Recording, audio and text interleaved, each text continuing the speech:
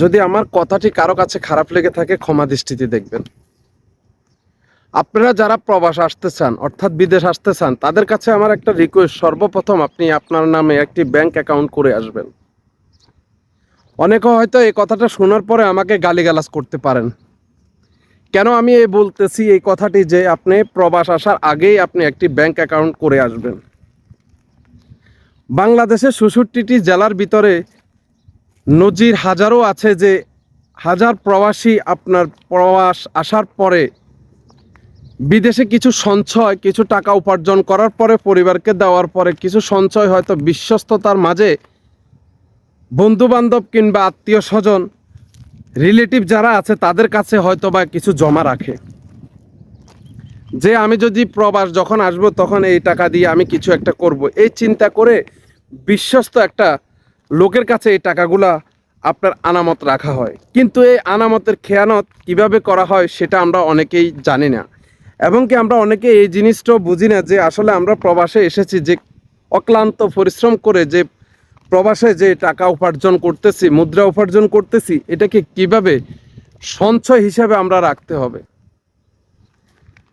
এই জন্যই বলছি আপনি আসার আগে একটি অ্যাকাউন্ট করে আসবেন, কারণ এই পৃথিবীটা এমন একটি জায়গা যে জায়গাতে আপনাকে কেউ জায়গা করে দেবে না, আপনাকে জায়গা করে নিতে হবে। কারণ যে ব্যক্তিগুলো আপনার হোঁচট খায়, আঘাত পায়, কষ্ট পায়, সেই ব্যক্তিগুলোই বলতে পারে প্রবাস জীবনের কষ্টে রঞ্জিত যে টাকাগুলো উপার্জিত করেন, এই টাকাগুলোকে কিভাবে বাংলাদেশের মানুষ আপনার অপব্যয় করে থাকে। ধরেন আপনি বাংলাদেশ থেকে আসলেন, আসার পরে আপনি 1 বছর 2 বছর 5 বছর 10 বছর বিদেশ করলেন, কিন্তু করার পরে যে টাকাগুলো আপনি উপার্জন করেছেন, আপনি সেই টাকার থেকে একটি টাকা হয়তোবা আপনার কাছে রাখতে পারলেন না। হয়তোবা চিন্তা করলেন যে আপনি কিছু টাকা সঞ্চয় হিসাবে রাখবেন, সেই টাকাগুলো আপনি কার কাছে রেখেছেন?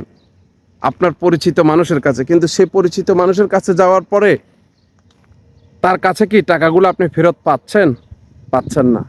আমার পেজে অনেক প্রবাসী ভাই আছে, অনেক বাংলাদেশের মানুষ আছে যারা প্রবাসে আসতে চান, নিজের জীবনকে ভাগ্যের চাকাটাকে ঘুরাতে চান। তাদেরকে আমি অনুরোধ করব, আপনি আসেন, আসার আগে অবশ্যই আপনার নিজের নামে একটি অ্যাকাউন্ট করে আসবেন, নিজের ভবিষ্যতের কথা চিন্তা করে। কারণ সারা বছর বিদেশ করতে পারবেন না। এই বিদেশ জীবনটা হচ্ছে আসলে কেমন, আপনাকে কি দিয়ে বুঝাবো, এর চাইতে কষ্টদায়ক জীবন আর কোথাও নেই। জেলখানা তো আমরা সবাই চিনি, কিন্তু জেলখানার কষ্টটা আমরা কয়জনে উপভোগ করতে পারি? যারা জেলখানার কষ্ট উপভোগ করতে পারে নাই তারাই এই প্রবাসে এসে জেলখানার কষ্টটা উপভোগ করতেছে, যে জেলখানার চাইতেও কষ্ট এই প্রবাস জীবন, একাকিত্ব জীবন। তাই আমি বলতে চাই, আমার জীবনের অনেক অভিজ্ঞতা থেকে আমি শিখেছি, জেনেছি যে আসলে এই পৃথিবীটা হচ্ছে স্বার্থের কাঙাল। এই প্রবাসে কত না কষ্ট করে আপনি টাকা উপার্জন করে, এই কথাটি, এই শব্দটি, এই বিষয়টি একমাত্র আপনি ছাড়া, আপনার উপর ওয়ালা ছাড়া এবং কি প্রবাসী ছাড়া কেউ বুঝতে পারবে না।